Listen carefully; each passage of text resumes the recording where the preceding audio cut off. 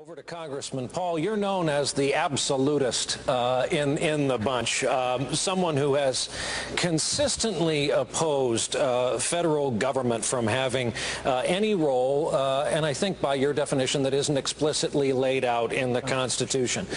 So this makes people curious. Is there a line with you? Where do you draw it? Does this include things like making cars safe, making medicine safe, air traffic control, controlling the jets above our heads? Well, I think in theory, if you understood the free market and a free society, you don't need government to do that. And we live in a society where we have been adapted to this, and you can't just drop it all at once, but you can transition away from it. On regulations, no, I don't believe in any of these federal regulations, but that doesn't mean I don't believe in regulations. The regulation of the marketplace takes care of it. Just think if we had the regulations on the market that dealt with the bankruptcies, that had to go bankrupt. We wouldn't have been able to bail out the big banks and the big corporations and dump on the poor people. Well, so the market would dictate it. You can't commit fraud. If you need detailed regulations, you can do it at the state level, but the federal government is not authorized to nitpick every little transaction. The way they use the interstate commerce clause is outrageous as far as I'm concerned. Well, 30 seconds more for devil's advocate here, because would you then put it on the drug companies to say, no, we're bringing this to market, trust us, it's a fantastic drug. All the pilots in the sky to add to their responsibilities their own air traffic control in an organic way. What I said is theoretically it could be privatized, but who ends up doing the regulations on the drugs?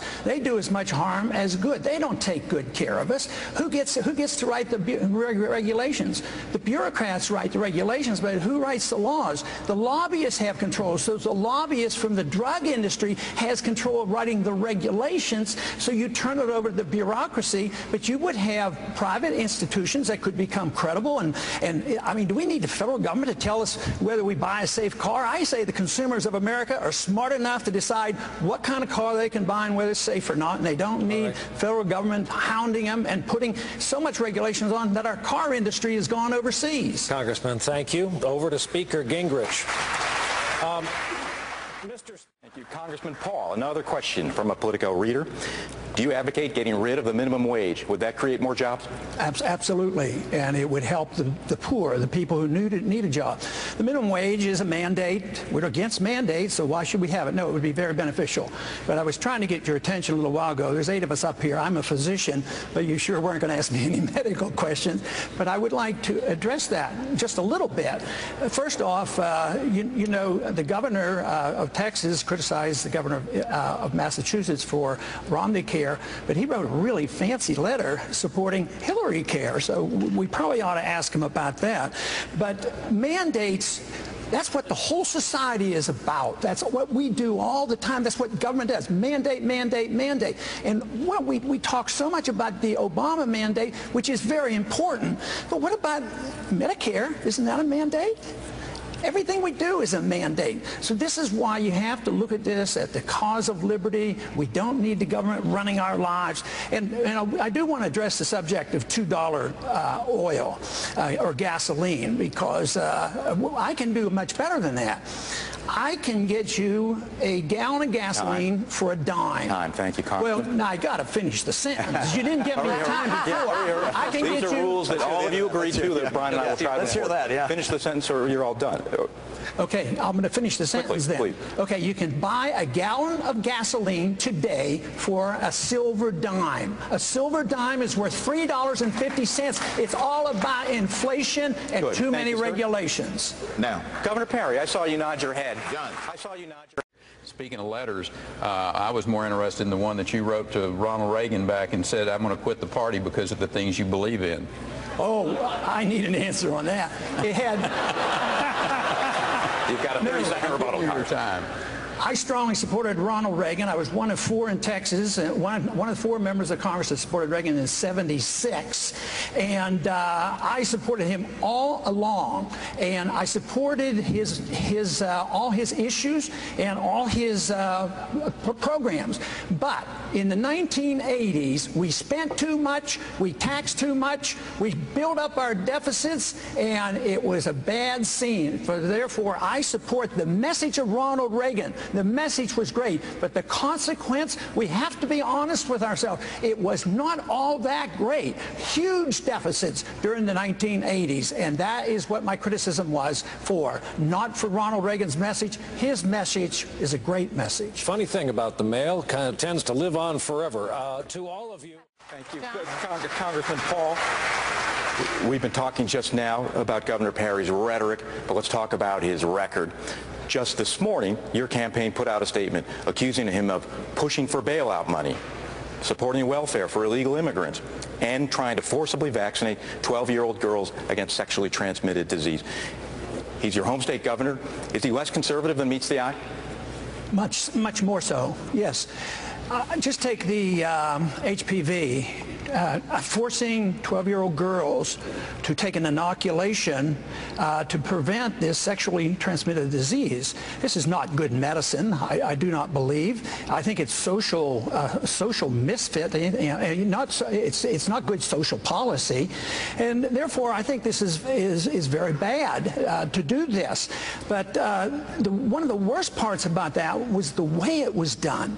You know, the governorship in Texas traditionally is supposed to be a weak governorship. I didn't even know they could pass laws by writing an executive order. He did it with an executive order, passed it. The state was furious, and the legislature overwhelmingly, probably 90%, I don't know exactly, overwhelmingly repealed this. But I think it's the way it was passed, which was so bad. I think it's a bad piece of legislation, but I don't like the idea of executive orders. I, as president, will not use the executive order to write laws. Thank you, Congressman. Governor Perry will get to you, but Congressman Paul, this same line, you want to abolish the TSA. What would exist in its place? Well, the airlines are responsible for carrying their cargo and their passengers. I mean, why should we assume that a bureaucracy can do better? And look at the monstrosity we have at the airports. These TSA agents are abusive. Sometimes they're accused of all kinds of sexual activities on the way they maul people at the airports. So the airlines could do that. I'll give your best at LAX tonight. I would think the airlines should treat passengers as well as a company that hauls money around, and they protect their money. They have private guards, and they could do it. Just remember, 9/11 came about because there was too much government. Government was more or less in charge. They told the pilots they couldn't have guns, and they were told never to resist. They set up the stage for all this. So no, private markets do a good job in protecting, much better than this bureaucracy called the TSA. Let me tell you. Let me ask you about something else. It's related in a way, has to do with Mother Nature. Before the broadcast, Senator Santorum's got flooding today in Pennsylvania. Governor Perry is just back from the wildfires out east. A Category 1 storm laid waste to entire areas. There's standing water tonight, Paterson, New Jersey. Many of the towns around where I live, 8 days without power. We had people eating in outdoor and public parks because the supermarkets were closed down. The question is, federal aid, something like FEMA. If you object to what it's become and how's it's run, your position is to remove it, take it away, abolish it. What happens in its absence? Well, what happened before 1979? We didn't have FEMA, and that FEMA just conditioned people to build where they shouldn't be building. We lose the market effect of that. But yeah, my position is we should have never had it. There's a much better way of doing it. I mean, this whole idea that the federal government can deal with weather and anything in the world, just go to the federal government. FEMA's broke. They're $20 billion in debt. But I'm not for saying tomorrow, close it down. A lot of people pay the insurance. I worked real hard to make it work, and I did that in my district too. But I'll tell you how we should do it. We're spending, believe it or not, this blew my mind when I read this, $20 billion a year for air conditioning in Afghanistan and Iraq, in the tents over there, and all the air conditioning. Cut that $20 billion out, bring it home, take 10 off the debt, and put 10 into FEMA or whoever else needs it, child health care or whatever. But I'll tell you what, if we did that and took the air conditioning out of the green zone, our troops would come home, and that would make me happy. Mr. Kane, along the...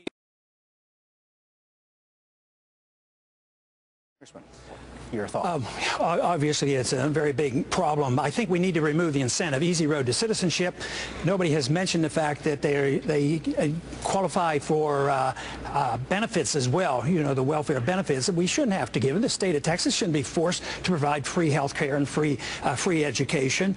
But there is a mess down there. It's a big mess, and it's the drug war that's going on there, and our drug laws are driving this. So now we're killing thousands and thousands of people. That makes it much more complicated. But the people who want big fences and guns, sure, we could secure the borders. A barbed wire fence with machine guns, that would do the trick. I don't believe that's what America is all about. I just really don't. We can enforce our law. If we had a healthy economy, this wouldn't be such a bad deal. People are worrying about jobs. But every time you think about this toughness on the border and ID cards and real IDs, think that it's a penalty against the American people too. I think this fence business is designed and may well be used against us and keep us in. In economic turmoil, the people want to leave with their capital, and there's capital controls and there's people control. So every time you think of a fence keeping all those bad people out, think about those fences maybe being used against us, keeping us in. To my colleague, Jose Diaz-Balart, thank you. Thank you very much. Congressman Paul, a long time ago, a fellow Texan of yours, a young student teacher in Cotulla, Texas, was horrified to see young kids coming into the classroom hungry, some of them with distended bellies because of hunger. He made a vow that if he ever had anything to do about it, the government would provide meals, hot meals at best, in schools.